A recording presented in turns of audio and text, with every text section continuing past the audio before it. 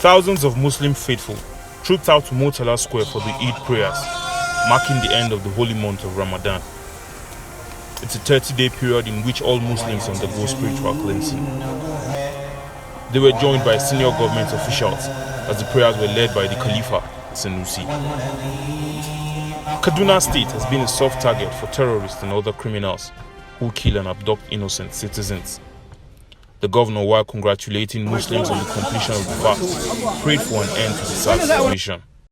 I also pray that the security challenges that we are facing in Kaduna and other states will be solved as soon as possible. I call on all our people to continue to live in peace, to be tolerant of one another, and know that we share a common humanity.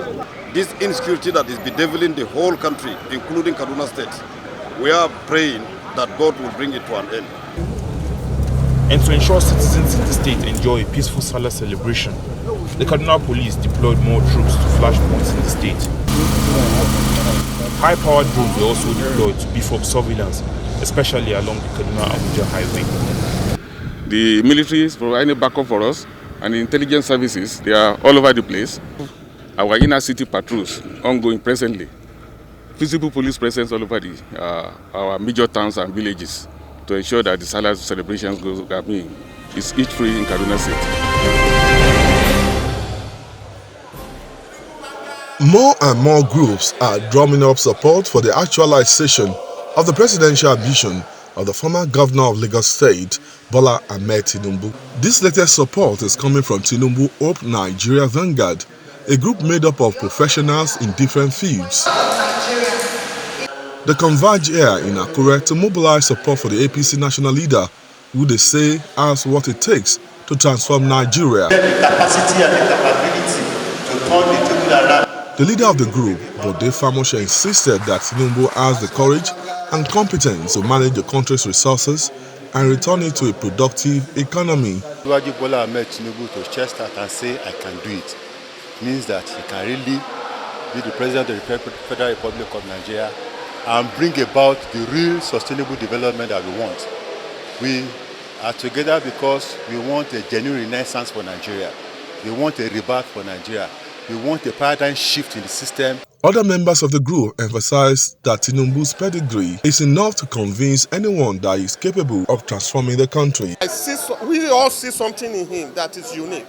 It's about the past. You cannot give what you don't have. He has demonstrated what he can do in Lagos State. Taking, for example, it's not tribalistic. He shoots different people from different states as his cabinet member when he was in Lagos State. He never cared about your background, either you are a Muslim or you are a Christian. He never cared either you are Igbo or you are Hausa. In this group is to sensitize the Nigerian populace on the need and the imperative of having Asiwaju Ahmed Bola Tinubu as our next president come 2023. The fourth industrial revolution is a way of describing the blurring boundaries between physical, digital, and biological worlds. It is a fusion of the advances in artificial intelligence, robotics, the Internet of Things, 3D printing, genetic engineering, quantum computing, and other technologies, and Africa seems to be missing in all of these. Professor Patrice at this lecture chronicles how Africa slid from being the cradle of modern civilization to the situation we are now. As Africa realizes our potential, consumers are not producers of almost every product. In the area of innovation and invention, Africa is not doing as well as it should because governments do not put much money in research and development. So what one would urge is that we ensure that there is money in research and development so that our young men and women can participate to help us earn the dividends of the new technology age so that we can derive the dividends of the fourth industrial revolution. In Nigeria, the education sector is even in a state of comatose with incessant industrial actions over poor welfare and infrastructure deficits. The eloquent professor is quick to speak about the ASU strike. If you don't compensate people well, it means that they cannot give their all to the education sector.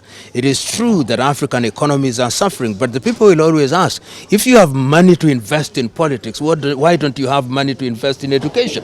For the Delta State University, this is a good place to begin to fertilize young mind of students to begin to make the difference.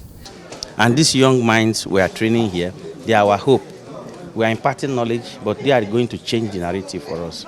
So it is important that you bring people who can stimulate the consciousness and stimulate the intellectual development of young minds.